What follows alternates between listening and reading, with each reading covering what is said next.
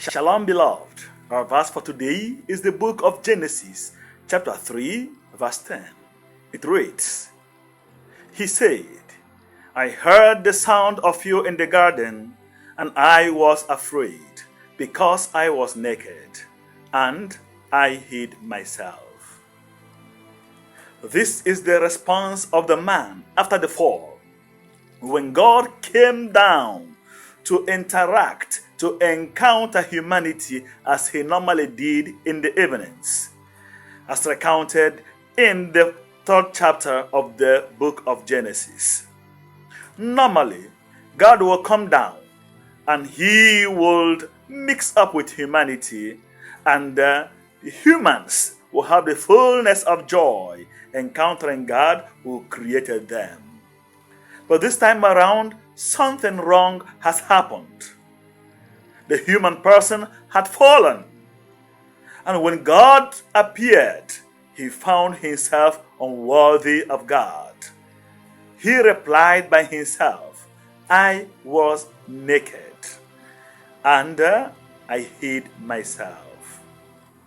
Why was man naked? The glory of God had departed from him.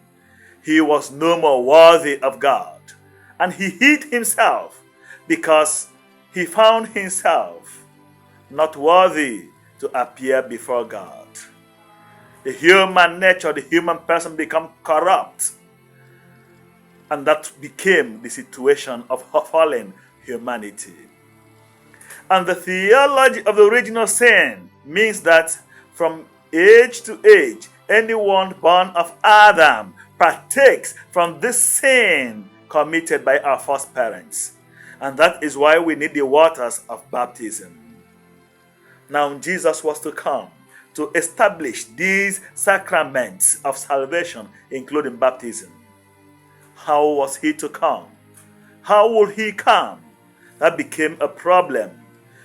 He was to come and save humanity by taking human form, human nature.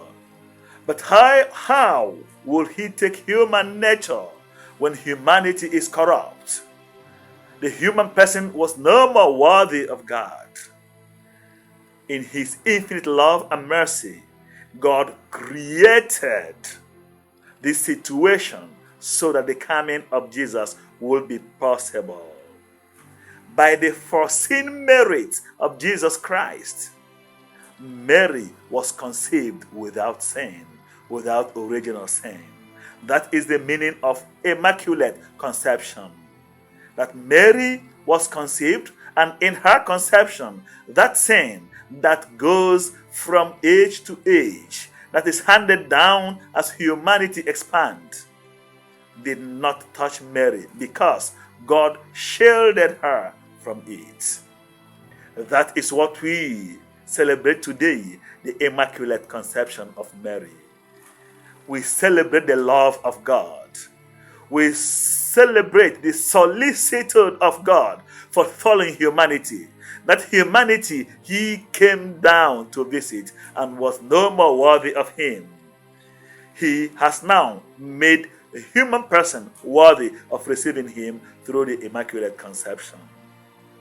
All this done for me. All this done for you. And the question today is, what is my response to this infinite love of God? We ask God for the grace in our own little capacity to respond with human love to the love of God. To respond recognizing that the Almighty has done great things for us. That we prepare a way for the Lord to come, so that when the Lord comes to visit us, we are not going to be found unworthy. Rather, by the grace and merits of Jesus Christ, who has already come to wrought our salvation, we are to be found worthy of divine meeting, divine presence. May the Lord come into your life. May the Lord come into my life, bringing salvation and all the good things of heaven through Jesus Christ our Lord. Amen. Remain blessed in the Lord.